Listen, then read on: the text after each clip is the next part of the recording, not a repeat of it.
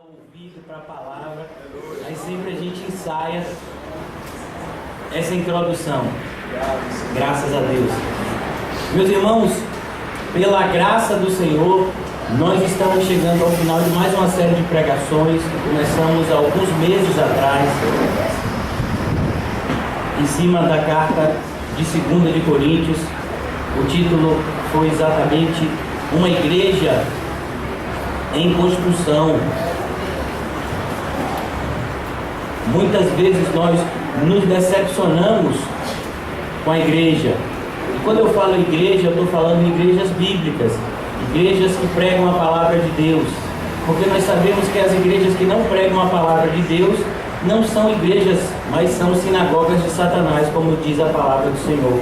Mas mesmo nas igrejas bíblicas, as igrejas bíblicas são formadas de pessoas imperfeitas, pessoas que ainda têm muitas falhas, pessoas que estão sendo aperfeiçoadas e por isso precisam ser constantemente ensinadas e corrigidas.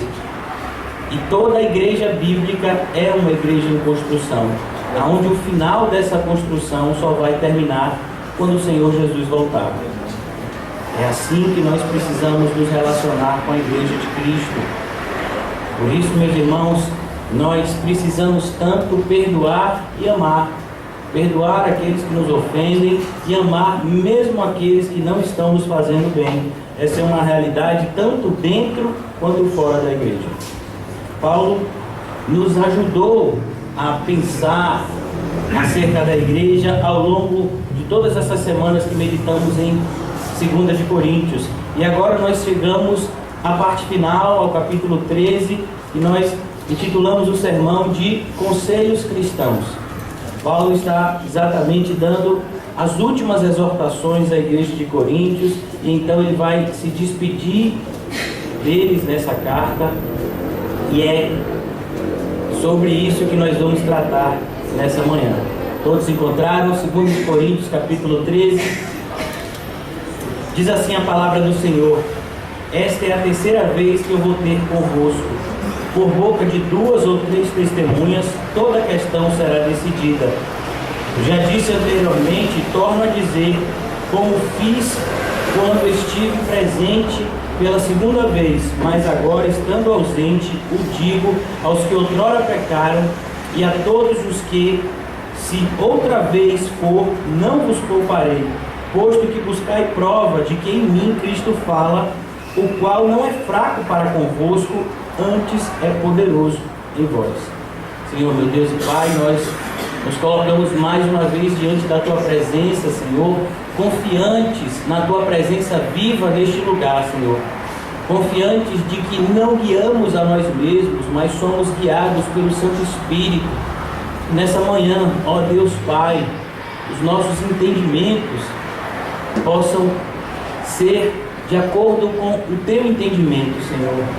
Nos ajuda a enxergar todas as coisas pelos olhos da fé, Senhor.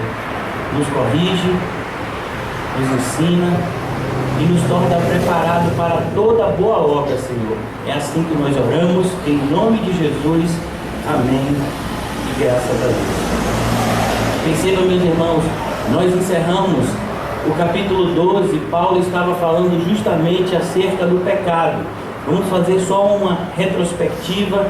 No versículo 20 do capítulo 12, olha o que Paulo diz: temo, pois, que indo ter convosco, não vos encontre na forma que eu vos quero, e que também vós me acheis diferentes do que esperáveis, e que haja entre vós contendas, invejas, iras, porfias, detrações, intrigas, orgulhos e tumultos. Receio que indo outra vez o meu Deus me humilhe por meio de vós, e eu venha chorar por muitos que outrora pecaram, que não se arrependeram da impureza, prostituição e lascívia que cometeram. Paulo está justamente agora preocupado com os cristãos que não se arrependem.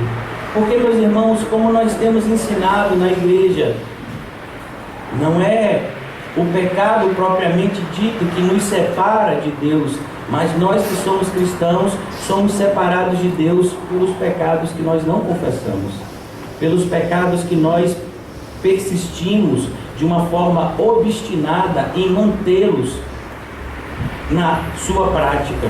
E é por isso que nós temos que ter cuidado, por isso que nós vamos precisar fazer, como Paulo nos ensina mais adiante, a nos examinar constantemente.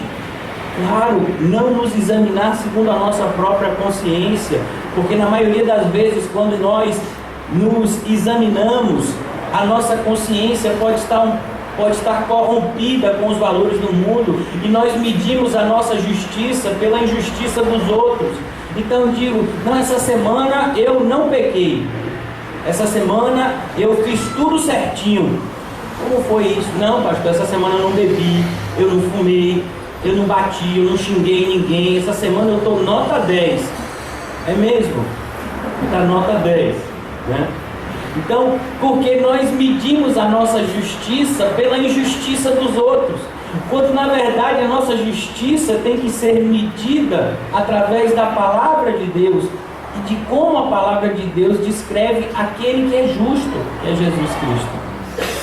Por isso que o nosso padrão é sempre tão elevado, por isso que nós nos sentimos muitas vezes extremamente cobrados. Por quê? Porque de fato nós estamos aqui para sermos feitos à imagem e semelhança de Jesus Cristo. É para isso que nós estamos aqui. Se de fato nós fomos eleitos, se de fato nós fomos predestinados para sermos feitos à imagem e semelhança de Cristo Jesus, nosso Senhor, como está escrito em Romanos 8:29. Por isso que constantemente precisamos ser exortados, constantemente precisamos ser ensinados, constantemente precisamos cobrar a nós mesmos o crescimento espiritual. O apóstolo Pedro diz em uma das suas cartas, se eu não me engano, na segunda carta que ele escreve, ele diz: crescei na graça e no conhecimento do Senhor Jesus. O próprio Senhor Jesus, ele nos torna, ele faz uma parábola e ele nos coloca semelhante a ramos de uma árvore que precisam crescer, precisam dar fruto. E é isso que é o objetivo da vida cristã, principalmente da vida do cristão na igreja. Ele vem para que ele cresça na graça e no conhecimento do Senhor diariamente. Por isso que o apóstolo Paulo está tão preocupado com eles, e como ele diz aqui, como nós começamos, essa é a terceira vez que eu vou ter convosco. Então, a carta nos apresenta que antes de Paulo escrever essa carta, Paulo já tinha estado com ele 2 vezes. A primeira delas foi quando Paulo passou 18 meses na cidade de Corinto. Nós vimos essa experiência lá no livro de Atos. E houve uma segunda ida do apóstolo Paulo, como vimos aqui no início de 2 de Coríntios, onde ele passou pouco tempo e logo ele se ausentou, e foi justamente essa segunda visita que trouxe extrema tristeza para ele e fez com que ele escrevesse essa carta que nós estudamos. Nessa segunda visita, ele viu a igreja totalmente diferente daquilo que ele havia plantado ali. Haviam adentrado pessoas trazendo doutrinas estranhas, haviam os próprios irmãos que estavam lá dentro, estavam tendo comportamentos reprováveis, e o apóstolo Paulo ficou extremamente decepcionado com aquilo que ele viu. Por isso que, como nós vimos aqui, ele diz: e eu espero que eu não seja envergonhado, eu espero que Deus não me humilhe. Meus irmãos, não tem uma humilhação pior para um pai do que o filho dele fazer uma bobagem. É extremamente humilhante para os pais quando nós de repente presenciamos ou temos notícia de um filho nosso que de repente fez algo muito grave, e a gente fica às vezes mal com essa situação. E Paulo se coloca nesse patamar. Ele tinha os irmãos de Coríntios como filhos dele na fé. Vamos ver essa mesma atitude no apóstolo João, quando ele diz: fiquei sobremodo alegre de saber que os meus filhos andam na verdade. Então, uma das coisas que traz alegria para aquele que prega, para aquele que de repente leva a mensagem de Cristo, para aquele que fundou uma igreja, é justamente saber que os irmãos andam na verdade. E algo que traz extrema vergonha é saber que os irmãos estão se afastando da verdade. E o apóstolo Paulo estava triste com isso.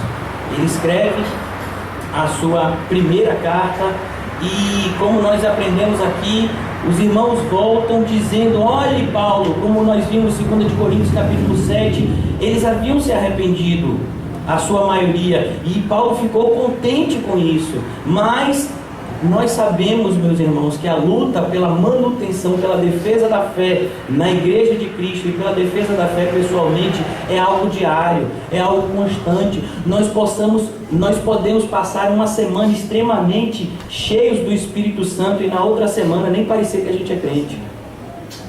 Sabe, é algo constante na nossa vida. Nós passamos de repente um dia com uma alegria cristã tão grande, achando, sabe, Deus a melhor coisa do mundo. No outro dia, meu filho, a gente está com nojinho de vir para a igreja, sabe? Então a ideia é essa, a luta é diária. E eu chego a dizer que a luta é a cada segundo. A cada segundo a carne, ela está lutando contra o meu espírito, de maneira que eu não faça a vontade do espírito. Por isso essa tensão deve ser muito grande. O nosso Senhor nos aconselhou a orar e vigiar sem cessar, para não cair em tentação. O Senhor diz que nós precisamos orar e vigiar sem cessar. Eu quero que vocês abram comigo no livro de Atos. Percebam a realidade que nós enfrentamos diariamente na igreja. Atos capítulo 20. A igreja que Paulo passou mais tempo foi justamente a igreja de Éfeso, e logo depois a que ele passou mais tempo foi a igreja de Coríntios. Foi nesses dois lugares onde Paulo se concentrou mais no seu ministério de ensino. O apóstolo Paulo passou 3 anos na igreja de Éfeso ensinando aqueles homens tudo acerca das coisas de Deus.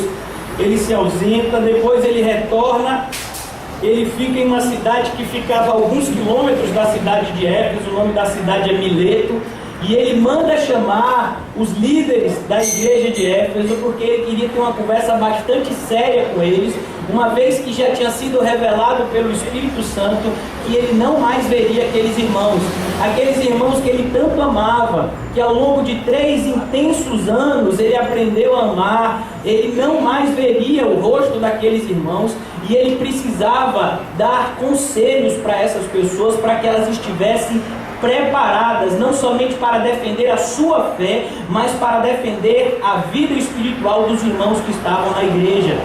E é por isso que Paulo diz, versículo 28 do capítulo 20: atendei por vós e por todo o rebanho pelo qual o Espírito Santo vos constituiu bispos, para pastoreardes a igreja de Deus, o qual ele comprou com o seu próprio sangue.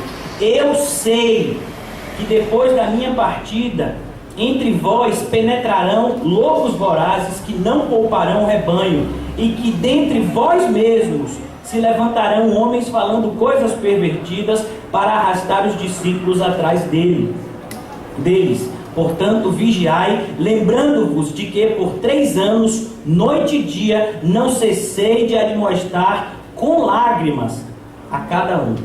Perceba, meus irmãos, Paulo havia ficado 3 anos com esses irmãos. Quando ele está saindo, o conselho é: eu sei que vai chegar gente aqui tentando roubar a fé de vocês.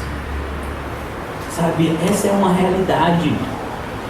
Por isso que quando Judas vai escrever essa carta, ele diz: olha, eu queria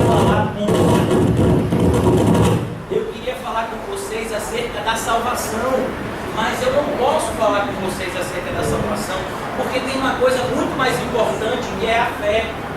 Bem? Graças a Deus. Voltou. Aleluia. Amém. Graças a Deus. Olha aí, interceda.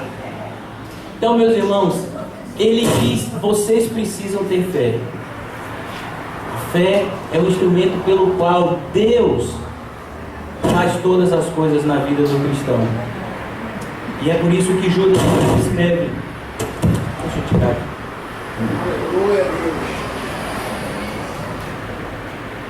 Deus deu garganta para a gente.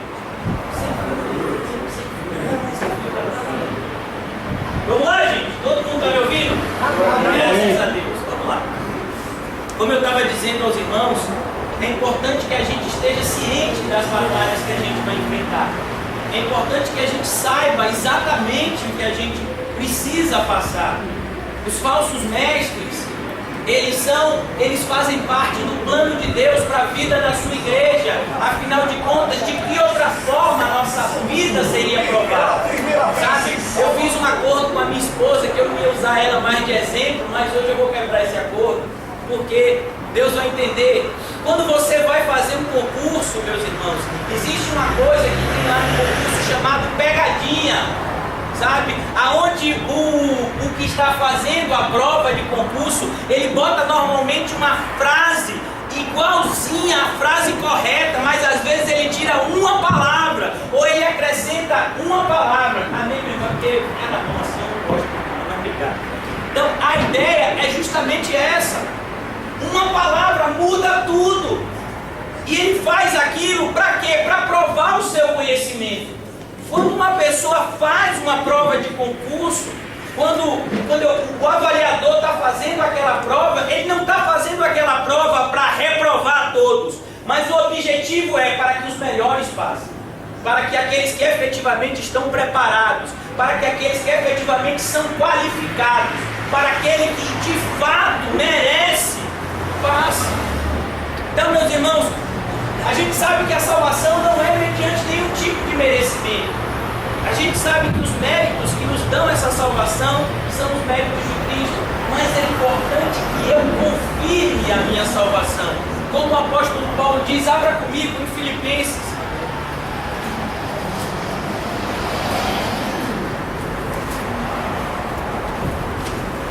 Filipenses capítulo 2, versículo 12. Assim, pois, amados meus, como sempre obedecestes, não só na minha presença, porém muito mais agora na minha ausência, desenvolvei a vossa salvação com temor e tremor, porque é Deus que efetua em vós tanto querer como realizar segundo a sua boa vontade. Fazei tudo sem murmurações e contendas. Por isso que o apóstolo Paulo diz sim, no versículo 13, Deus efetua em nós tanto querer quanto efetuar, mas ele diz anteriormente, desenvolvei a vossa salvação com temor e tremor. Ele não está dizendo que é Deus que vai desenvolver essa salvação na gente. Ele diz, nós temos a responsabilidade de procurar desenvolver a nossa salvação com temor e com tremor. Isso é a testificação de que de fato Deus tem operado em nós. Muitas pessoas estão na igreja e eles ficam, não, se o Senhor quiser agir em mim, Ele vai. Não é assim que as coisas funcionam. A fé cristã é uma fé ativa. Esforçai-vos, convertei-vos, amai-vos. Perceba como os verbos estão no imperativo. O Senhor nos ordena que façamos coisas e nós precisamos obedecer ativamente a essas ordens. Por isso, meus irmãos, o apóstolo Paulo agora está exortando essa igreja. Ela precisa ter a sua fé protegida. Como igreja e pessoalmente, cada cristão, ele precisa estar se examinando, ele precisa estar constantemente examinando as pregações. Sabe, isso é tão sério na igreja que quando o apóstolo Paulo está falando acerca de dons espirituais, ele vai dizer acerca do ministério de profetas ou aqueles que têm o dom da profecia, e ele diz que 2 ou 3 profetizem e os demais julguem a profecia. Sabe, a igreja precisa estar constantemente examinando cada coisa que está acontecendo. Por quê? Porque tudo na nossa vida é muito sério. Meus irmãos, perceba, se na nossa saúde física nós levamos tão a sério, imagine a nossa saúde espiritual. Sabe, quando você vai enfiar uma agulha para tirar o sangue, ou quando você vai tomar uma injeção, você precisa ver o cuidado da enfermeira para tirar o seu sangue. Ela vem com aquela luvinha, e aí ela mostra assim a seringa e diz, olha, a seringa nunca foi usada. E aí ela abre a seringa na frente de você, porque ela tem todo aquele cuidado, porque é a sua saúde. A sua saúde pode determinar a sua vida e a sua morte. E a mesma coisa em relação à nossa saúde espiritual. Mas muitas vezes é isso, nós vivemos como se não existisse o mundo espiritual. Vivemos como se estivéssemos esperando de Cristo somente nesta terra. E a Bíblia diz, se agimos assim, somos os mais miseráveis dos homens. nós devemos nos atentar muito mais para as coisas que são invisíveis, porque elas são eternas. As coisas que são visíveis, elas são passageiras. Por isso, meus irmãos, é importante que sejamos constantemente exortados e muitas vezes precisamos ser disciplinados e corrigidos, e é isso que Paulo está falando para essa igreja a partir de agora. Se necessário for, ele vai lá e ele vai disciplinar eles. Por quê? Porque é necessário manter a ordem e a decência na casa do Senhor. Amém? Amém. E ele diz, por boca de 2 ou 3 testemunhas, toda a questão será decidida. Paulo está dizendo, quando eu chegar aí, a gente vai ver o que de fato está acontecendo. Como é que vocês estão se portando? E desde o Velho Testamento nós vemos que era necessário 2 ou 3 testemunhas para de fato confirmarem uma acusação contra alguém. Mas, meus irmãos, entenda, a igreja precisa sim conservar a sua santidade. Nós precisamos, claro, lógico que com toda paciência, com toda longanimidade, nós precisamos agir, mas precisamos agir muitas vezes com luz. Como o apóstolo Paulo vai dizer, o fato da gente ensinar, o fato da gente suportar as coisas em amor, não significa que a gente vai tolerar todas as coisas. Quando nós estudamos a igreja, por exemplo, de Tiatira, a igreja de Tiatira, ela está sendo repreendida duramente pelo Espírito. Por quê? Porque estava tolerando uma mulher que a si mesmo se chamava profetisa e que estava desviando os irmãos da verdadeira fé, fazendo com que eles sacrificassem aos ídolos. Uma mulher que a si mesmo se chamava profetisa, que recebe o nome de Jezabel. E ele diz, eu estou repreendendo vocês por tolerar Jezabel. Existem determinadas coisas na igreja que a gente não tem que tolerar. Uma das principais coisas que a igreja luta em relação ao que se prega nela. O apóstolo, ele escreve em uma das cartas, ele diz, existem alguns homens aí que estão pervertendo a sã doutrina, que deveriam calar, ter alguém que calasse a boca deles. Por isso que nós temos que tomar cuidado em relação a tudo que é pregado, em relação a tudo que é ensinado, se de fato segue a sã doutrina, porque assim como a fé vem pelo ouvir, a fé nos é tirada também quando nós ouvimos coisas que não nos edificam. E é por isso que Paulo está preocupado, meus irmãos, não com comportamentos específicos, mas com algo muito maior, que são aqueles comportamentos que influenciam outras pessoas. Perceba que do mesmo jeito que um cristão, quando é luz, influencia outras pessoas a vir para a luz, um cristão, quando está em trevas, ele vai influenciar outras pessoas a também estarem em trevas. 1 Coríntios 15:33 diz que as más companhias pervertem os bons costumes. Por isso que a gente tem que tomar todo cuidado, principalmente aqueles irmãos que estão em maior evidência, aqueles irmãos que de repente tem alguma posição de liderança na igreja. É necessário ter todo cuidado para que eles não venham influenciar o rebanho de Cristo para o mal. Não existe vergonha maior hoje em dia na atualidade do que aquelas pessoas que se intitulam cantores cristãos. Eles se vestem como o mundo, eles falam como o mundo, eles agem como o mundo, mas eles dizem que são cantores cristãos e eles têm produzido uma juventude totalmente apóstata na igreja de Cristo. Uma juventude que olha para eles como referencial e que tem seguido as suas más obras e os seus maus costumes. Nós olhamos para a igreja de Cristo e vemos também as ovelhas querendo seguir esses pastores que são milionários, que são vaidosos. Por quê? Porque elas aprendem aquilo e então são influenciados por aquilo.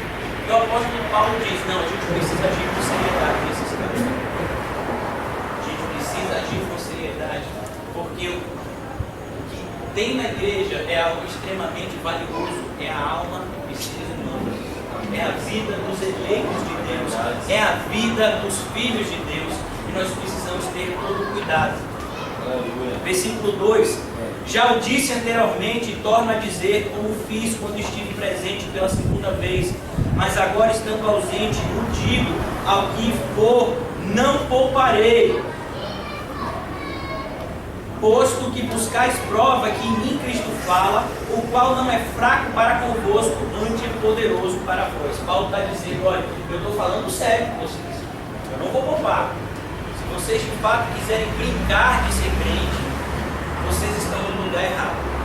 Se vocês de fato estão buscando de Deus, buscando de Cristo somente para essa vida, se você está vindo para a igreja domingo após domingo, semana após semana, simplesmente para Cristo te dar uma vida melhor aqui, você está no lugar errado.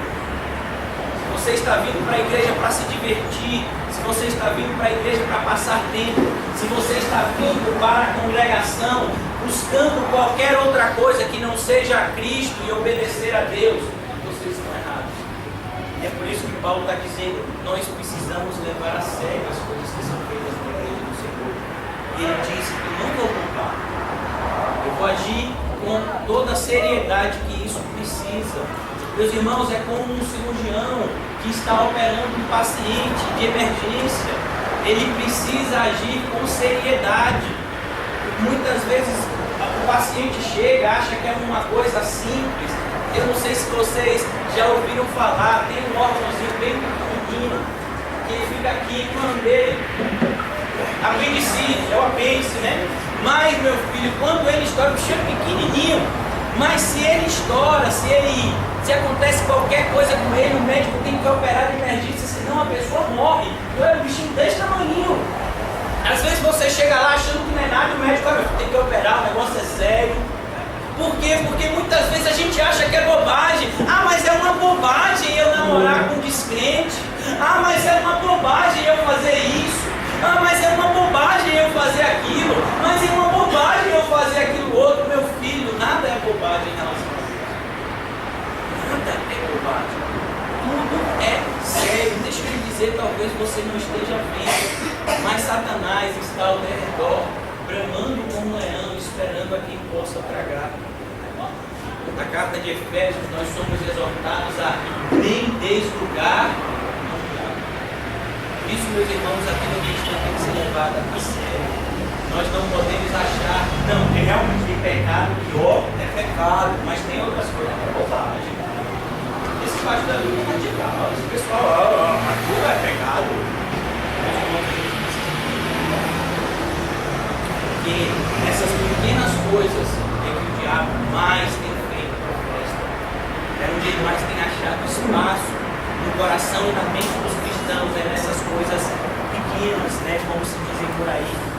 E as pessoas estão dizendo aqui, pelo fato de Paulo, como eles mesmos dizem, Paulo tinha uma aparência, eles diziam que a aparência de Paulo era desprezível, e as coisas que Paulo falava não tinham nenhum valor. E Paulo diz: olha, vocês estão buscando prova de que por mim Cristo fala. Ele diz: quando eu chegar aí, vocês vão ver o negócio. Existe uma coisa que se chama autoridade espiritual, que o Senhor dá àquelas pessoas que Ele, de alguma forma, os coloca em uma posição que Ele mesmo determinou. Nós vemos isso de uma forma bem clara na vida de Moisés. Moisés não foi ele que escolheu fazer o que ele foi fazer. Moisés estava muito bem. Moisés era um homem de 80 anos de idade, com a sua bengalinha lá, ó, tomando conta das ovelhas de Jetro, vivendo lá com seus 2 filhos, com a sua esposa Zípora. E ele vai lá atrás de uma ovelha que se dispersou. Quando chega, vê uma sarça ardente, e o Senhor diz: Moisés, vai libertar meu povo. Moisés disse: Senhor, está solteiro 80 anos, Senhor. Se fosse uns 40 anos atrás, quando eu estava assim, no naipe do pastor Ricardo, né, com todo o vigor. Não, mas agora, meu filho, eu estou na pegada do pastor Nizam, meu filho, já com 80 anos de idade. Mas Deus diz: Moisés, eu quero que você vá, Moisés. Moisés disse: Senhor, mas eu sou pesado em falar. Ele disse: Moisés, quem foi que fez a língua? Quem foi que fez a boca? Agora vai lá fazer o que eu estou lhe mandando. E como é que vai ser? E Deus disse: assim, assim, assim. E ele foi lá e fez. Mas em um determinado momento, meus irmãos, o povo, os seus próprios irmãos, Arão e Miriam, começaram a dizer: então quer dizer que é só falar de você. Quer dizer que você, Moisés, é um gude-gude de papai. Não, ele fala com a gente também. Sabe, eu, Arão, sou sacerdote, sou profeta, Miriam também ouve a voz de Deus. Não nesse negócio de que tudo que você fala a gente tem que ouvir. E aí Deus chamou Miriam, chamou Arão e disse: eu falo com os profetas sim, mas com Moisés é diferente. Sabe, Por quê? Porque Deus escolheu assim. Como Deus escolheu agir na vida do apóstolo Paulo. Quando ele diz, olha, eu trabalhei mais do que todos os outros juntos, mas não eu, a graça de Deus que estava comigo. A mesma autoridade que fez com que Pedro olhasse para Ananias e Safira e predissesse a morte deles. Quando o primeiro, o esposo, chega lá, Ananias, e diz, olha, é tudo? Pedro pergunta. Ele diz, é tudo. Rapaz, você respeitou o Espírito Santo, agora você vai morrer. Logo depois, chega a sua esposa, e com a mesma argumentação, e Pedro vai dizer, você quis mentir para o Espírito Santo, agora você vai morrer, vai ser internado pelas mesmas pessoas que estão voltando no meio do seu marido. Percebam, meus irmãos, a autoridade espiritual não é algo que pertence a nós, é algo que pertence a Deus e que Ele nos outorga para desempenhar a função que Ele nos constituiu aqui na terra. Era essa a função que o apóstolo Paulo estava desempenhando. O apóstolo Paulo não estava fazendo isso por tempo de igreja, ele não estava fazendo isso porque ele tinha como vou dizer, cursos para desempenhar isso. Ele estava fazendo isso porque Deus havia outorgado essa função para ele. E ele está dizendo, olha, vocês vão ver que através de Cristo, quando nós estudamos a carta de Gálatas, que está logo após a carta de 2 de Coríntios, Paulo vai dizer exatamente, olha, eu recebi o evangelho do próprio Senhor Jesus, eu não recebi de homem nenhum. E quando eu saí para pregar, eu não pedi autorização para homem nenhum. Só depois de não sei quantos anos é que ele foi se encontrar com os outros apóstolos. E essa é a ideia.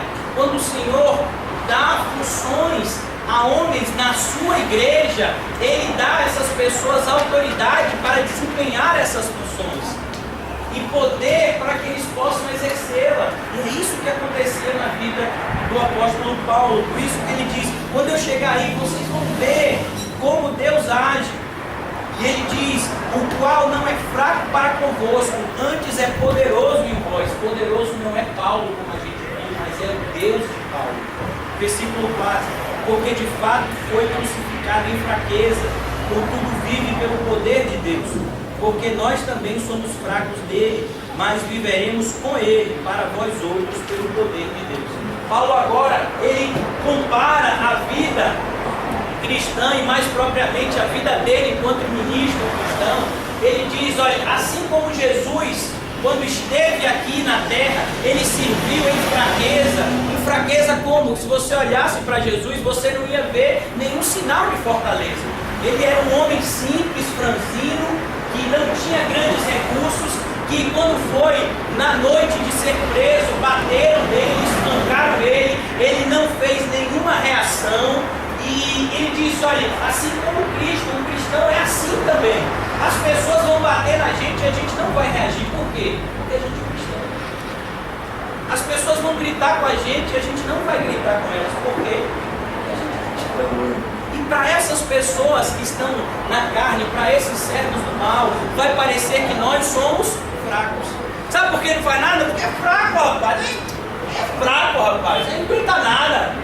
E Paulo diz, de fato, na aparência o cristão é esse fraco, mas nós vivemos pelo poder de Deus. Nós vivemos pelo poder de Deus. É o poder de Deus que emana através das nossas vidas e não a nossa própria força.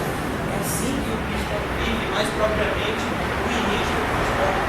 Se de fato nós queremos que as pessoas nos ouçam e nos respeitem, elas não têm que olhar para nós e enxergar a nossa própria força, mas elas têm que olhar para nós, enxergando as nossas fraquezas, mas acima de tudo o poder de Deus que emana das nossas vidas.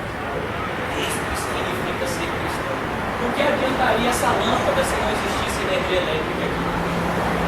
Do que adianta toda uma preparação do cristão se não existir dentro dele, o Espírito Santo? Do que adianta toda uma formação intelectual se aquela pessoa não estiver viva pelo Espírito? Por isso que o apóstolo Paulo diz, o importante é que haja em nós o poder. Esse poder, como nós aprendemos no capítulo anterior, esse poder que se manifesta através justamente da nossa fraqueza. E Paulo diz, aquilo que os irmãos de Coríntios desprezavam em Paulo, era justamente o que eles mais deviam valorizar. Quando o apóstolo Paulo estava mostrando as suas credenciais essenciais de apóstolos, ele diz: olha, eu fui apedrejado, eu fui perseguido, naufragou, eu passei por isso, eu passei por aquilo. Aquilo que as pessoas diziam: rapaz, parece que você está com um cubaca, Paulo. Que negócio é esse, rapaz? Você está descrevendo sua vida aí, a pessoa coisa ruim. Olha, Paulo, acho que eu vou lhe dar um pé de coelho, viu, Paulo? Se Paulo estivesse aqui na Bahia, o pessoal ia aconselhar ele um banho de pipoca. Olha, Paulo, toma um banho de pipoca, porque você está precisando, tem muito fluido ruim na sua vida. Quando Paulo descrevia, mas o que Paulo está descrevendo é justamente o poder de Deus na vida dele. Dizendo: olhe como Deus me livrou de todos esses incidentes, como através de todos esses incidentes eu me aproximei ainda mais do meu Deus. É justamente na nossa fraqueza que opera o poder de Deus. Nós vemos isso de uma forma muito clara no Antigo Testamento. O profeta chega na casa de uma determinada pessoa, uma mulher, que só tinha um filho, e eles estão lá. Deus já havia feito um milagre da multiplicação da farinha e do azeite, e aquele menino estava lá, era a viúva, o filho e o profeta. Mas o menino fica doente e morre. E a mulher diz para o profeta: mas o que foi que aconteceu? Você vem para aqui e agora a morte chega aqui do meu filho. E o profeta ora por aquela criança, e aquela criança então ressuscita. E aquela mulher diz: agora eu vejo que o seu Deus é verdadeiro. Foi através daquela experiência tão sofrida, dela perder o seu filho temporariamente, que ela disse: agora eu sei que o seu Deus é verdadeiro. A mesma coisa nós vemos no livro de Jó, quando Deus envia aquela grande tempestade, que o barco está quase afundando, e aí quando Jó é lançado no mar, os marinheiros dizem: agora eu vejo que o Deus desceu. Jonas, Jó na cabeça. Quando Jonas é lançado no mar, ele diz: agora eu vejo que o Deus de Jonas é o Deus verdadeiro. Nós vemos isso lá com Sadraque, Mesaque e Abednego. Eles são lançados na fornalha de fogo ardente, e aparece então o quarto homem na fornalha, e então o rei diz: agora eu vejo que o Deus dele é o Deus verdadeiro. O poder de Deus é emanado na nossa vida muito mais na nossa fraqueza do que na nossa aparente força. São os nossos momentos mais difíceis que o poder de Deus age na nossa vida. É por isso que o cristão, ele não foge da luta, o cristão vai em direção à luta. Nós sabemos que o caminho é estreito, e mesmo assim nós nos comprometemos de percorrê-lo até o fim, pois a Bíblia diz que somente aquele que perseverar até o fim receberá a coroa da vitória. Por isso o apóstolo Paulo fala desse poder de Deus que se aperfeiçoa mediante a nossa fraqueza. E agora ele vai dizer a respeito do exame: examinai-vos a vós mesmos se realmente estáis na fé, provai-vos a vós mesmos. Meus irmãos, quem melhor pode examinar você do que você mesmo? Sabe, eu posso olhar para você e achar que você é um super crente. Você chegou aqui na igreja no horário, você chegou, dobrou o seu joelho, orou quando chegou, pegou a sua Bíblia. Tem um monte de crente que é chamado, você já viu a unção do calango? Calango é aquele animal que só fica assim, você já viu? Ele fica assim com a cabeça. Então tem um monte de crente que o pastor está pregando, ele está aqui assim, ó. E o pastor está crente que ele está aprendendo tudo, mas ele não está ouvindo nada. Ele está aqui assim: rapaz, eu acho que eu esqueci o fundão ligado. Bahia ganhou ou perdeu? Rapaz, hoje o som está ótimo. Está mesmo. Essa gravata do pastor não combinou com a música.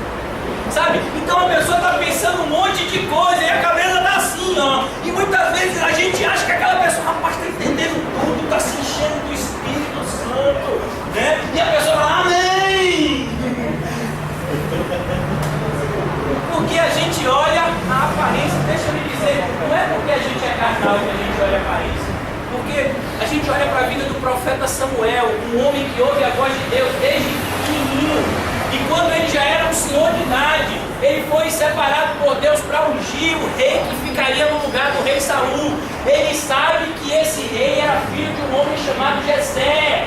E ele vai lá à casa de Jessé. E Jessé tem um monte de filho homem, cada um mais forte do que o outro. E ele olha para o primeiro e diz: é esse, olha o tamanho do menino, rapaz. Esse tem cara de rei. Ele diz: não, Você olha a aparência, o homem olha a aparência, mas Deus é o único que olha o coração. Sabe? Então, ninguém melhor do que nós mesmos para nos examinar, para ver de fato aonde nós estamos falhando. Sabe por quê? Porque mesmo que a gente esteja fazendo as coisas aparentemente certas, nem sempre estamos fazendo as coisas pela motivação certa. Só quem pode jogar a nossa motivação é Deus e a gente mesmo. A nossa consciência no Senhor e através da palavra, como disse Martinho Lutero, ele disse: a minha consciência está amarrada às Escrituras. Essa é a consciência de um cristão. Então, à luz das Escrituras, a nossa consciência julga a nossa própria vida. E é assim que nós devemos nos examinar. À luz das Escrituras, examinando: será que eu estou fazendo o que é certo? Senhor, eu ainda não estou agindo pela motivação correta. Senhor, eu ainda estou me relacionando com as pessoas de uma forma equivocada. Meu Deus, eu ainda não tenho te colocado em primeiro lugar. Isso é algo que é fruto de um autoexame. Como nós lemos o apóstolo Paulo dizer: fiel a esta palavra, digna de toda aceitação, Jesus Cristo veio ao mundo salvar os pecadores, dos quais eu sou o principal. Por que ele dizia isso? Porque ele fazia um autoexame. Ele se examinava, como a gente vê ele se examinando de uma forma bem clara em Romanos capítulo 7, porque o bem que eu quero fazer, muitas vezes o mal que eu já não quero fazer, às vezes eu faço. É esse o entendimento. É assim que nós temos que nos examinar. Nós não temos que nos examinar de uma forma, sabe, passiva ou tranquila, mas nos examinar com todo o rigor que a palavra de Deus nos cobra. Sabe, muitas vezes nós nos examinamos e nós somos tão coniventes com nós mesmos, nós nos enchemos de justificativas para a gente mesmo. A gente diz: ah, eu sei que eu só fiz aquilo porque fulano fez aquilo primeiro. Sabe, eu estou agindo desse jeito porque aconteceu isso na minha vida. Meus irmãos, a gente não tem que se examinar desse jeito, a gente tem que se examinar à luz das Escrituras. E à luz das Escrituras ninguém pode justificar a si mesmo. Pecado não se justifica, se confessa e se deixa para trás. É assim que nós devemos nos examinar com toda a seriedade que a palavra de Deus nos cobra. Por isso que ele diz: examinai-vos a vós mesmos se realmente estáis na fé. Perceba como o apóstolo Paulo chega a ser duro. Então, Paulo, você está dizendo que eu não estou na fé? Eu não, você tem que dizer, você está na fé? Você está agindo como cristão, porque aquele que diz que está em Cristo deve andar como ele andou. Você está agindo como Cristo agiria? É você que tem que dizer: você está na fé? É isso que Paulo está dizendo. Examine-se para ver se você ainda está na fé. Isso que a gente tem que pensar. Provai-nos a nós mesmos. Sabe? É como se nós precisássemos fazer constantemente testes conosco, não nos colocando as situações à prova. Ele está falando em relação ao nosso coração, fazendo perguntas: será que eu estou amando as pessoas que me odeiam? Será que eu estou, de fato, quando eu vou ofertar, eu estou ofertando com todo o meu coração, estou ofertando com alegria, não por obrigação e por necessidade? Será que eu estou dando a outra face para aquelas pessoas que me ofendem? Será que eu estou tendo a paciência que Deus quer que eu tenha? Será que eu estou me alegrando quando eu passo pelas tribulações? Alegrai-vos quando passar por todo tipo de provação. Será que o meu comportamento aqui na terra está atraindo as pessoas para Cristo ou afastando as pessoas de Cristo? Sim, são essas perguntas que nós precisamos constantemente estar nos fazendo. A gente precisa estar nos provando. Provando não é nos colocando à prova, nos colocando em situações, mas nos provando em relação a perguntar, a questionar a nós mesmos se de fato nós temos agido como cristãos. Porque nós sabemos, meus irmãos, que não vai ser crachá que vai fazer com que eu entre na igreja. Olha, quando a gente chegar lá no céu, a gente não vai chegar: olha, eu estou aqui com minha carteirinha da igreja. Eu tenho minha carteirinha na igreja, está aqui, ó, dizimista fiel. Por favor, abra a porta para eu entrar. Não é assim. Quem vai entrar no céu são aqueles que são cristãos verdadeiros. São aqueles que agiram com sinceridade e seriedade para com Deus e para com as suas próprias almas. E é assim que Paulo está tratando. Ou não reconheceis que Jesus Cristo está em vós. Sabe? Nós somos chamados cristãos porque somos parecidos com Cristo. E por que nós somos parecidos com Cristo?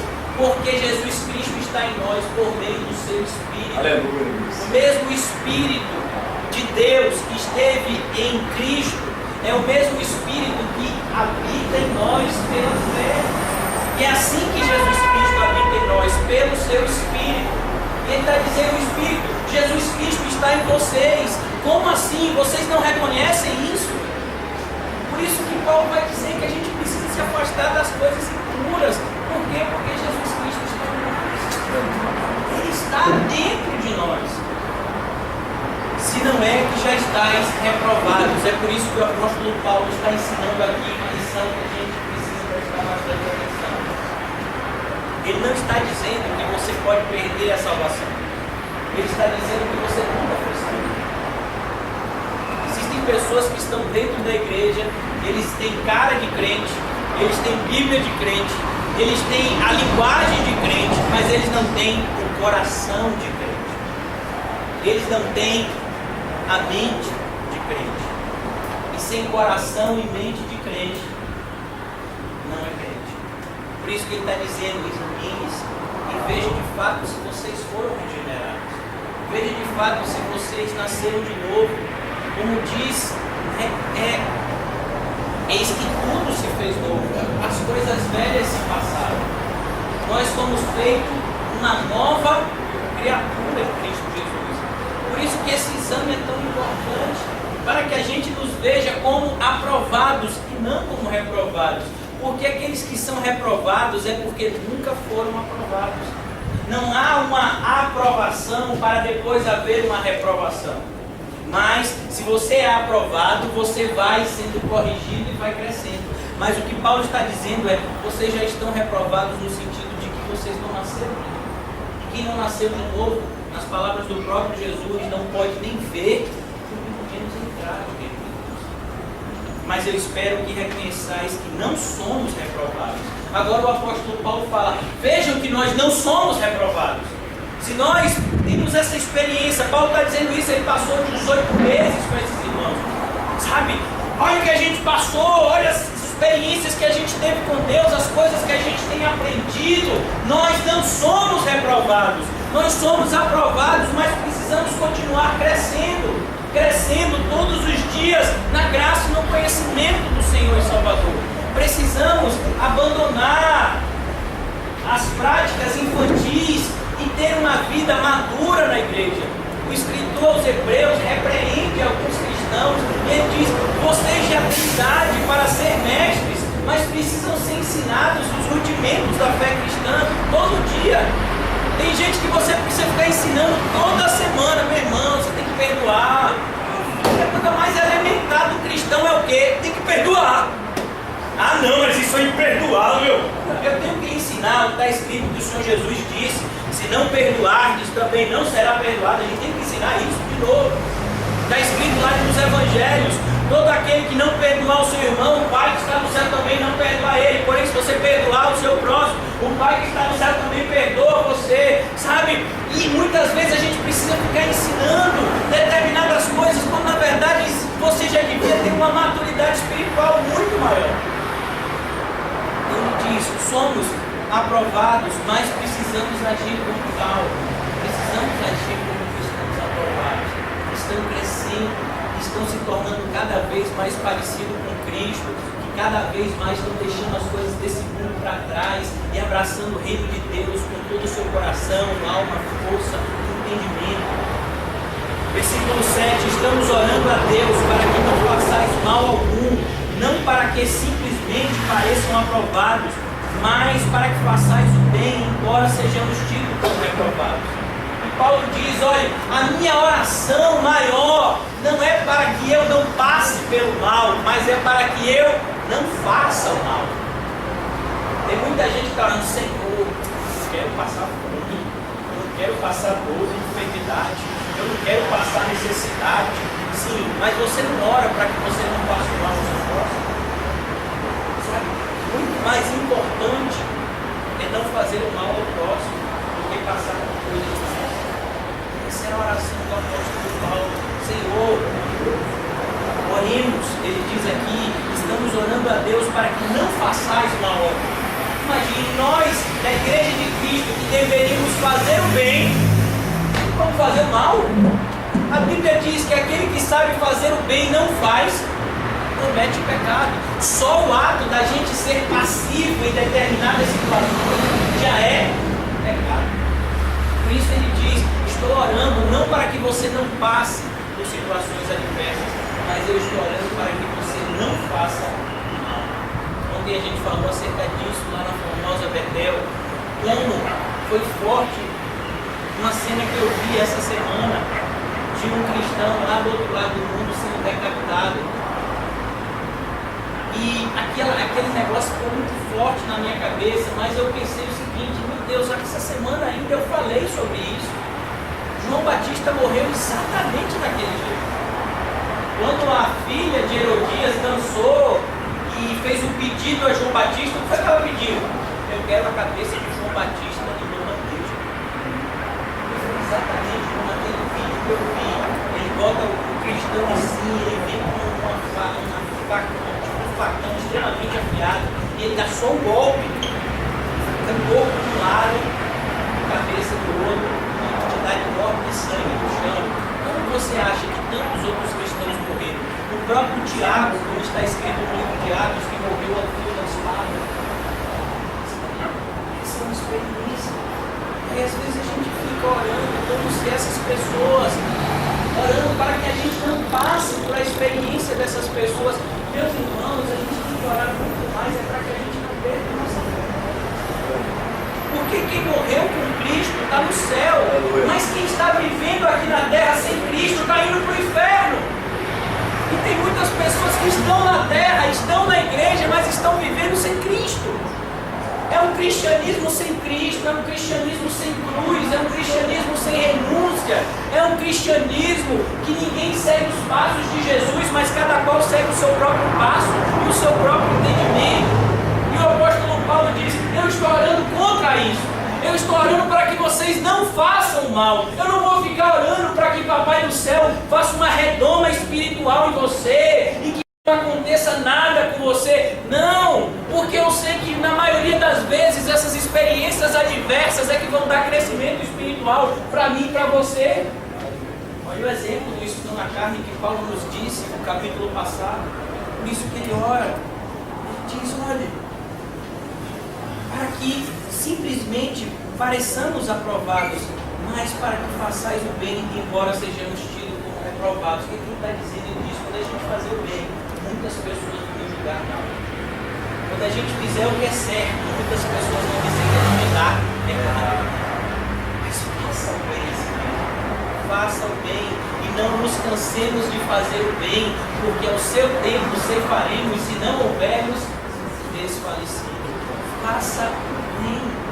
Plante no Espírito, porque do Espírito você vai colher a vida eterna. Assim que nós somos ensinados na igreja, nós fazemos o bem ao próximo como se estivéssemos fazendo para o próprio Cristo. Nós não fazemos bem ao próximo para agradar o próximo propriamente dito. Agradar o próximo vem em segundo plano. Em primeiro lugar, eu faço bem ao meu semelhante, porque eu quero agradar aquele que me chamou. Aquele que me chamou disse, ame o seu próximo como a você mesmo. Trate as pessoas sempre bem. Quando depender de vós, tende paz com todos. Ainda que essas pessoas nos tenham como reprovados. E o cristão normalmente vai ser chamado como reprovado na sociedade. Muitos comportamentos nossos são mal vistos pela sociedade que a gente participa. Mas a nossa consciência está no Senhor. E ele continua dizendo, porque nada podemos contra a verdade, senão em favor da própria verdade. E agora ele vai dizer de que forma a nossa consciência age em nós através da verdade, através da santa palavra de Deus. E ele diz, a gente não pode nada contra a verdade. Se a palavra de Deus está dizendo que eu tenho que agir dessa forma, eu não posso ir contra a verdade, eu tenho que me submeter à verdade. Quando ele diz, olhe, se você sofrer por ser cristão, isso é uma boa coisa. Abra comigo em 1 Pedro capítulo 3.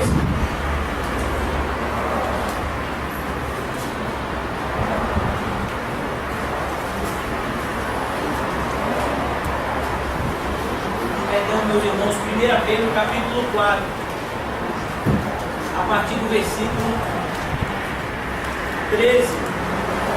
Pelo contrário, alegrai-vos na medida em que sois co-participantes do sofrimento de Cristo, para que também na revelação da sua glória vos alegreis o tanto. Se pelo nome de Cristo sois injuriados, bem-aventurados sois, porque sobre vós repousa o Espírito da glória de Deus. Ele diz, olha, se é pelo nome de Cristo que você está sendo injuriado, isso não é negócio ruim não, isso é bom demais. Senhor, mas eu não acho isso. Sua palavra está dizendo que é bom, mas eu não estou achando não. Está escrito lá em Tiago capítulo 1, não vou fazer com que os irmãos abram, ele diz, fique feliz quando passar por todo tipo de provação. Sabe? Eu vou dizer uma coisa, está escrito, mas eu estou achando que o copista errou, viu? Eu estou achando que quando o irmão foi copiar lá o Novo Testamento, fique infeliz quando passar por todo tipo de provação. Combina mais, não combina? Então a ideia é essa, mas se está escrito lá na palavra de Deus, não vos preocupeis. Como é que eu vou viver sem me preocupar com o dia de amanhã, Senhor? Aí eu vou me sentir irresponsável. Não, comigo é tudo programado. Eu já tenho as contas até para 2016 aqui aprovado. Então, e ele está dizendo, não vos preocupeis com o dia de amanhã. Está escrito lá em Filipenses, não andeis ansiosos com coisa alguma. Senhor, isso é impossível. Não está ansioso com coisa alguma, Senhor. Mas ele diz que a gente pode contra a verdade. É verdade. A verdade está dizendo que a gente tem que viver assim, que a gente pode viver assim, que a gente deve viver assim. E ele diz isso, nada podemos contra a verdade, senão a favor da própria verdade. Então qual é a ideia? Que seja Deus verdadeiro e o homem sempre mentiroso. Por isso eu digo, Senhor, eu não estou conseguindo, mas me ajuda, Senhor. Eu sei que esse é o padrão. É esse o lugar que o Senhor quer que eu chegue. É esse o lugar que eu tenho que alcançar. Então me ajuda, Senhor, a chegar lá. Corramos com perseverança a carreira que nos está proposta, olhando firmemente para o autor e consumador da nossa fé. É isso que o cristão deve fazer. Lâmpada para os meus pés é a tua palavra e luz para o meu caminho. O cristão, ele é iluminado pela verdade de Deus. A verdade de Deus ilumina a jornada que a gente vai percorrer. Nós andamos através dela. Por isso que Jesus diz, eu sou o caminho, a verdade e a vida. E ninguém vem ao Pai a não ser através de mim. Essa verdade vai fazer com que nós olhemos para o caminho. E ao olhar para o caminho, nós vamos ver pegadas naquele caminho. Pegadas deixadas por aquele que percorreu aquele caminho, que é Jesus Cristo. Nós somos chamados a percorrer esse caminho. O caminho da verdade de Deus é o caminho que Cristo percorreu aqui na terra. Como nós já falamos em outros momentos, a obediência ativa de Cristo Jesus. Ele fez todas as coisas que deveria fazer para agradar o Pai. E se nós queremos agradar o Pai, nós temos que ter as atitudes parecidas com a dele. Versículo 9, porque nos regozijamos quando nós estamos fracos e vós fortes. E isto é o que pedimos, o vosso aperfeiçoamento. Agora Paulo diz, olha, sabe qual é a minha maior alegria? É saber que vocês estão fortalecidos na fé, ainda que eu esteja fraco. Isso que a gente vê na vida dos líderes cristãos, dos verdadeiros líderes cristãos, esse amor incondicional pela vida das pessoas que estão na igreja. Paulo diz, olha, ainda que eu esteja fraco, eu fico alegre porque vocês são fortes. Eu quero ver o nosso aperfeiçoamento. Isso que nós devemos desejar para os nossos irmãos em Cristo, que eles sejam aperfeiçoados. Na igreja do Senhor Jesus não existe primeiro e segundo lugar, nós estamos todos no mesmo patamar. Ainda que o Senhor tenha separado algumas pessoas para exercer determinadas funções, mas isso não nos coloca num patamar superior. Nós estamos todos no mesmo patamar. Por isso ele diz, eu quero o aperfeiçoamento de vocês. Portanto, escreva essas coisas estando ausente, para que estando presente não venha usar de rigor, segundo a autoridade que o Senhor me conferiu, para edificação e não para justiça. Paulo vai revelar agora que a autoridade que ele recebeu, a autoridade que o líder cristão recebe, não é para a destruição, mas é para a edificação. Nós não fomos chamados para destruir as falsas religiões. Nós não fomos chamados para destruir o falso cristianismo. Nós não fomos chamados para destruir os falsos crentes. Nós fomos chamados para participar da construção da verdadeira igreja e da edificação da vida dos verdadeiros crentes. Se ocupe com aquilo que Deus, com a ocupação que Deus te deu, e deixe que o Senhor irá destruir todos aqueles que não se subjugarem, que não se submeterem na palavra de Deus. Paulo vai dizer: eu estou fazendo isso não é para destruição, eu estou fazendo isso para a edificação. A correção, a exortação na igreja sempre tem o objetivo de aperfeiçoar ela. É por isso que nós sempre orientamos, meus irmãos, se você vai repreender alguém, você está sem amor no seu coração, não repreenda. Fique calado, ore um pouco mais. Porque exortação sem amor não vem de Deus. Tudo que vem de Deus é fruto de amor. Afinal, aquilo que não vem do amor está morto. Paulo vai dizer isso. Se eu fizer isso, aquilo, se eu der o meu corpo para ser queimado, se eu der todos os meus bens aos pobres, mas se eu não tiver amor, o que é que se aproveita? Nada. Então, a exortação, essa ferramenta tão importante na igreja, essa palavra que foi dada por Deus para corrigir e atrair os cristãos que de repente estão tendo algum comportamento reprovado, ela só pode ser usada em amor. Com o objetivo de aperfeiçoar e de atrair, não com o objetivo de destruir e afastar. Então, é isso que Paulo está dizendo. Essa autoridade que foi me dada para a edificação e não para a destruição. Eu não estou aqui para destruir a fé, eu estou aqui para que a nossa fé seja edificada na rocha do alicerce verdadeiro que é Cristo Jesus. Finalmente chegamos ao momento das saudações. Meus irmãos, talvez você ache que não tem tanta importância as saudações, mas as saudações poderoso.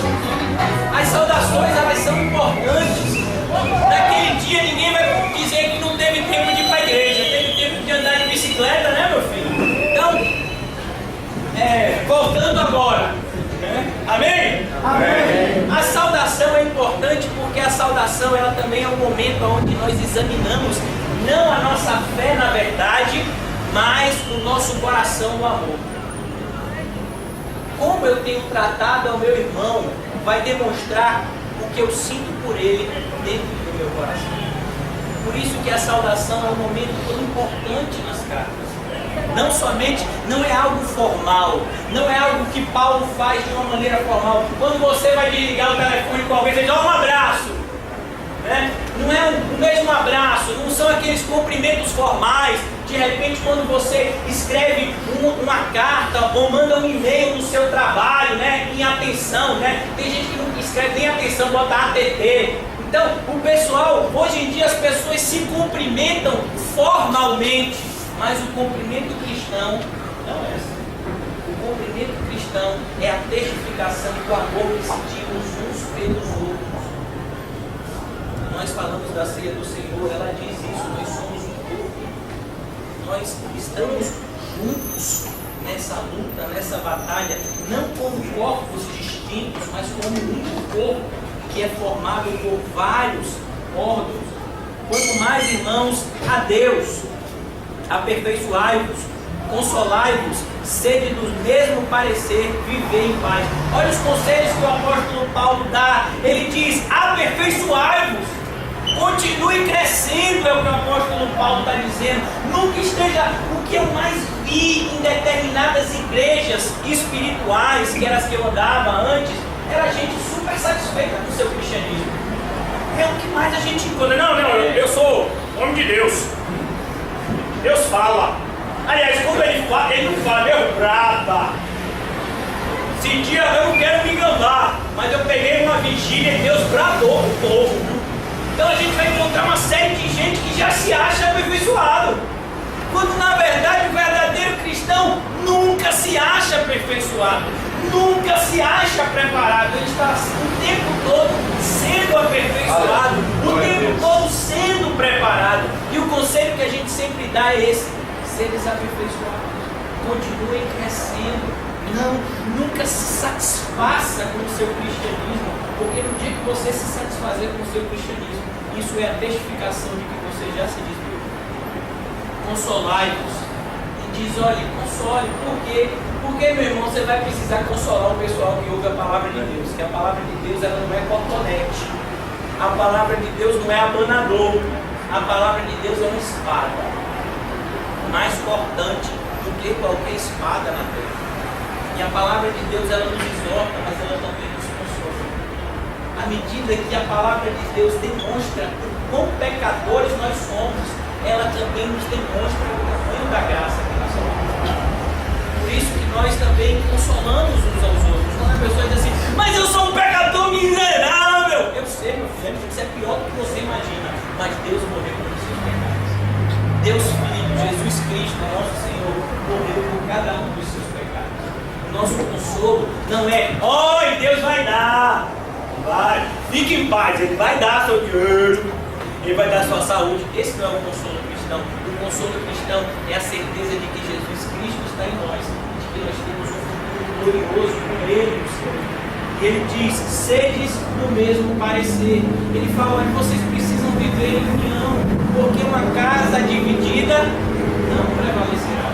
Seja do mesmo parecer, andem da mesma forma, vivam em paz. Então, por exemplo, o camarada está dizendo: não, eu estou achando que eu vou pintar a igreja de azul. Não, azul não, eu acho que rosa fica melhor. As mulheres acham que rosa fica melhor, os homens precisam ser cavaleiros, né? Então, ele está dizendo: não discutam coisas banais, sejam do mesmo parecer, sabe? Estejam vivendo em harmonia entre si. E ele continua: e o Deus de amor e de paz estará convosco. E ele diz: sabe, o nosso Deus, ele é de amor e de paz. Às vezes é difícil enxergar essas coisas. As nossas lutas são tão intensas que a gente fica em lutas grandes. Mas, meus irmãos, o sinal mais preciso de que Deus te ama é a quantidade de lutas que Ele colocou na sua vida. Porque qual é o pai que não corrige o filho? Qual é um ser que ama o ser amado e que não vai disciplinar se necessário for? E ele continua: saudai-vos uns aos outros com o ósculo santo. Todos os santos vos saúdam. E ele diz: olha, a igreja tem que viver assim, saudando uns aos outros com um cumprimento santo, com um cumprimento que vem da parte de Deus, com um cumprimento que seja testificação de que somos de Deus. Devemos nos saudar em amor, sabe? Não nos cumprimentar como forma de um ritual. E finalmente, meus irmãos, Paulo vai dizer algo que a gente muitas vezes usa com o nome de bênção apostólica: que a graça do Senhor Jesus Cristo, o amor de Deus e a comunhão do Espírito Santo sejam com todos nós. Que nós vemos de uma forma tão clara o que, infelizmente, algumas denominações dizem o contrário: a Trindade. A Trindade, um Deus que é Pai, Filho e Espírito Santo. E ele vai dizer: olha, a graça do Senhor Jesus Cristo, Filho de Deus, o amor do Deus Pai e a comunhão com Deus Espírito Santo. Um Deus que é Pai, Filho e Espírito Santo. Mas como é que funciona isso? Eu só sei que é assim, né? Eu vi um filme há muito tempo atrás que eu gostava muito. Um camarada contava umas histórias e o pessoal dizia: não, mas isso é impossível, como foi que aconteceu? E ele dizia: eu não sei, eu só sei que foi assim, né? Então a Bíblia vai nos colocar em determinados lugares onde ele diz: é desse jeito. Mas a gente fala assim: oh, como assim é desse jeito? Eu quero entender. Não dá para você entender. É muito maior do que a sua mentalidade humana pode suportar. Mas você pode saber que é assim. Deus é Pai, é Filho e é Espírito Santo. E ele diz: a graça do Senhor Jesus Cristo, a graça que o Senhor Jesus Cristo trouxe à terra. Que graça foi essa? A graça dele ter vindo dar a sua própria vida para que nós fôssemos salvos por meio da graça, não por meio das obras. graça, o amor de Deus, esse amor incondicional de Deus que a gente tem que buscar conhecer, sabendo que excede todo conhecimento. Um amor muitas vezes que parece justamente ódio. Quando o povo de Deus vai falar com Deus lá no livro do profeta Malaquias, o Senhor Deus diz: eu amo vocês. A resposta do povo é: como assim o Senhor nos ama? A nossa vida está indo de mal a pior e o Senhor está dizendo que nos ama. E Deus diz: porque eu amei a Jacó e odiei a Esaú. O amor de Deus é um amor que na maioria das vezes a gente não vai conseguir compreender, mas a gente sabe que Ele nos ama. E a comunhão do Espírito Santo, meus irmãos, o Espírito Santo é Deus habitando em nossas próprias vidas. Por isso que nós temos comunhão com o Espírito Santo. O Espírito Santo está habitando no nosso corpo. Nós moramos com o Espírito Santo e o Espírito Santo mora em nós. É uma realidade também bíblica que a gente não sabe como ao certo essas coisas funcionam, mas a gente sabe que é desse jeito. O Espírito Santo habita em nós. Mas ele fica onde? Ele fica no meu coração, ele fica na minha mente. Onde é que ele fica? Fica no meu rim, né? Se for no rim, o negócio está difícil, está tendo umas pedras aqui que está concorrendo com ele. Não, onde é que o Espírito Santo fica? Sabe? A gente não sabe. A gente sabe que ele habita em nós. Que o Espírito Santo está conosco. Além de ele habitar conosco, ele ainda está a habitar dentro da gente, ele ainda está exercendo uma função de guia na nossa vida, nos ensinando todas as coisas, nos consolando em todos os momentos. E Paulo despede os irmãos, mostrando aos irmãos que jamais eles estariam sozinhos, que eles estariam sempre com Deus Pai, com Deus Filho e com Deus Espírito Santo, que jamais eles estariam colocados em situações que eles não pudessem suportar, porque Deus sempre estaria com ele, dando força para que eles estivessem muito mais fortes na fraqueza. É isso que a gente aprende nessa carta. Aprende a continuar a jornada da pessoa propósito. Essa carta, meus irmãos, não termina aqui no sentido de dizer: agora eu aprendi e agora eu estou sabendo. Não, mas essa carta é simplesmente o continuar da jornada cristã. Como a jornada cristã nunca acaba aqui na terra. Como nós nunca podemos chegar a um lugar de conforto aqui na terra. O apóstolo Pedro nos diz na sua primeira carta que nós somos peregrinos em uma terra estranha. Sabe? Nós não podemos fincar raízes nessa terra. Por quê? Porque a nossa raiz está no céu. Por isso que nós olhamos para essas verdades, nós somos impulsionados a continuar caminhando. Não parar, mas continuar caminhando. Muitas vezes, meus irmãos, a repetição faz com que seja tirado de nós o nosso vigor, a nossa vontade de continuar. E a gente está tão acostumado a senta, levanta, vai para um lado, vai para o outro, ceia, senta, levanta, vai dar tchau, cumprimenta, sabe? Mas essas coisas, elas só são verdadeiras se você ter um coração limpo. Porque, meus irmãos, se você for no Japão, você vai encontrar robô que faz a mesma coisa, senta, levanta, faz assim, né? Então, nós não somos robôs, nós somos pessoas. E nós precisamos continuar vivendo como pessoas vivas, seguindo a um Deus vivo. Então, que essa semana o Senhor desperte em nós essa vocação.